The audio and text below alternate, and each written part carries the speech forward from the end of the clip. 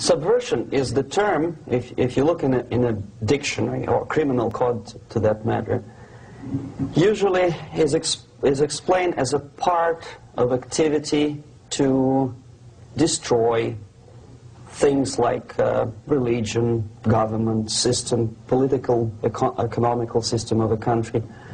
And usually it's linked to espionage and such romantic things as blowing up bridges, sidetracking trains, cloak and dagger activity in Hollywood style. What I'm going to talk about now has absolutely nothing to do with the cliché of espionage or KGB activity of collecting information. So the greatest mistake or misconception, I think, is that whenever we are talking about KGB, for some strange reason, starting from Hollywood movie makers to professors of political science and quote-unquote experts on Soviet affairs, or Kremlinologists as they call themselves, they think that the most desirable thing for Andropov and the whole KGB is to steal blueprints of some supersonic jet, bring it back to Soviet Union and sell it to the Soviet military-industrial complex. It's only partly true. If we take the whole time, money, and manpower that the Soviet Union and KGB in particular spends outside of USSR border, we will discover, of course there are no official statistics unlike with CIA or FBI, that the espionage as such occupies only 10 to 15% of money, time, and manpower. 15% of the activity of KGB. The rest, 85%, is always subversion. And unlike a dictionary of English, Oxford Dictionary, subversion in Soviet terminology means always a destructive, aggressive activity aimed to destroy the country, nation, or geographical area of your enemy.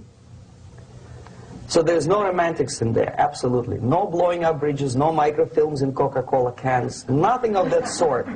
No James Bond nonsense. It's most of this activity is overt, legitimate, and easily observable if you give yourself time and trouble to observe it. But according to the law and law enforcement systems of the Western civilization, it's not a crime. Exactly because of misconception, manipulation of terms. We think that subverter is a person who is going to blow up our beautiful bridges. No. Subverter is a student who comes for exchange, a diplomat, an actor, an artist, a journalist like myself was 10 years ago. Now, subversion is an activity which is a two-way traffic. You cannot subvert an enemy which doesn't want to be subverted. If you know history of Japan, for example, before 20th century, Japan was a closed society.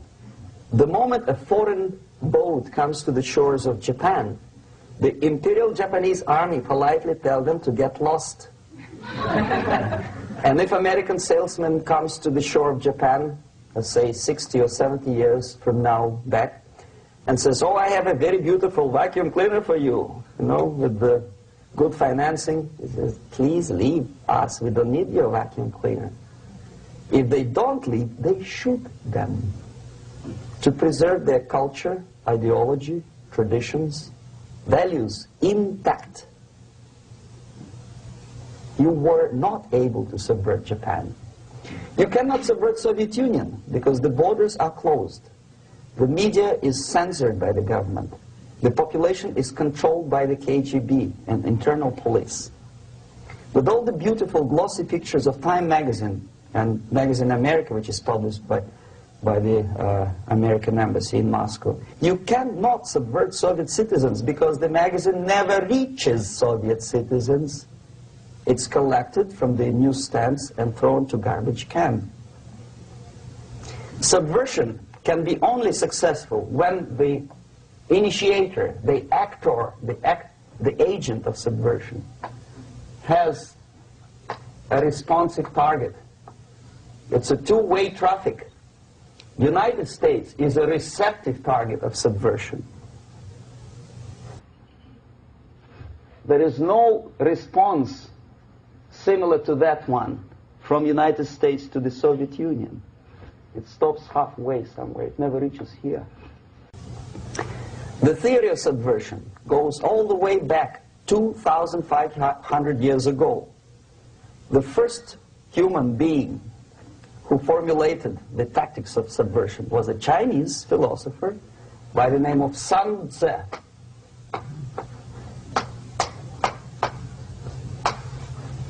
To 2,500 years BC.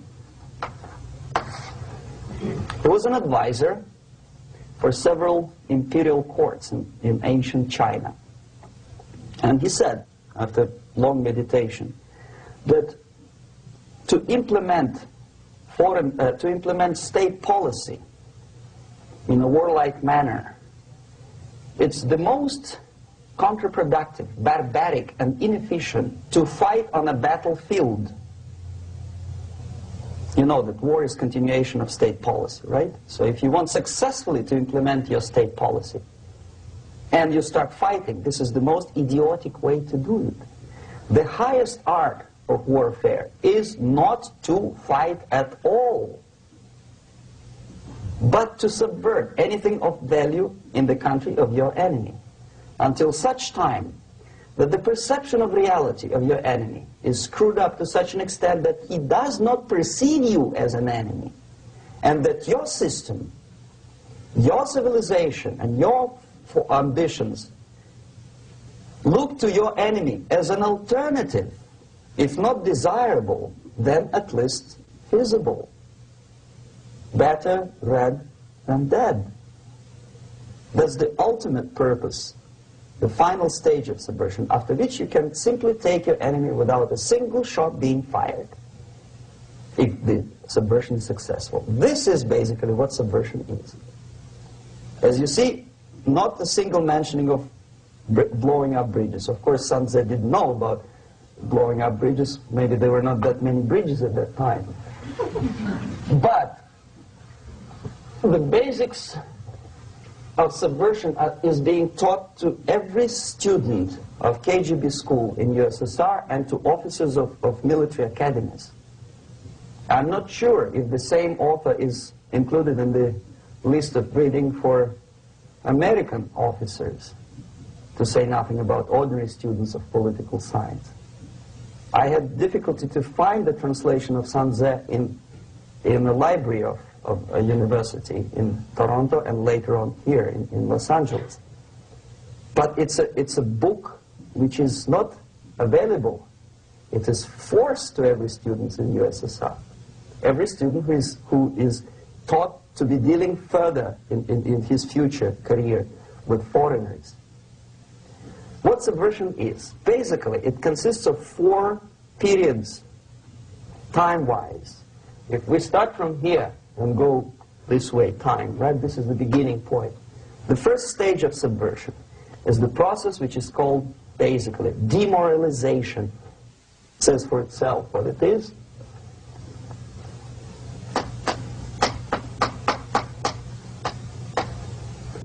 It takes from,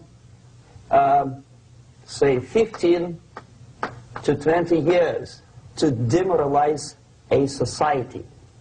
Why 15 or 20 years?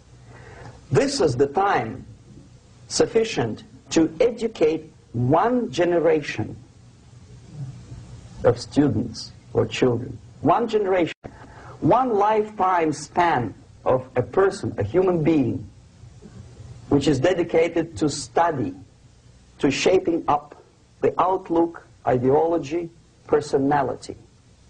No more, no less. Usually it takes from 15 to 20 years.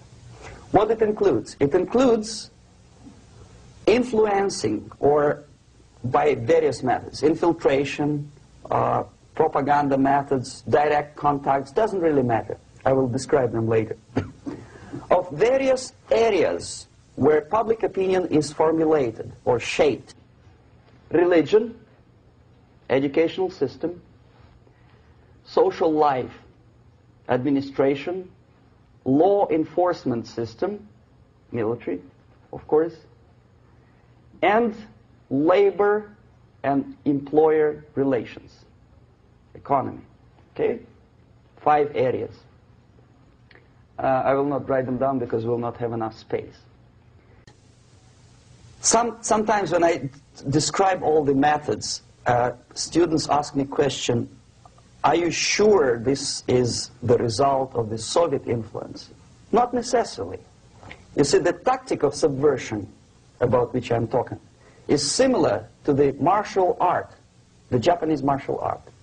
If some of you are familiar with that tactic, probably you will remember that if an enemy is bigger and heavier than yourself, it would be very painful to resist his direct strike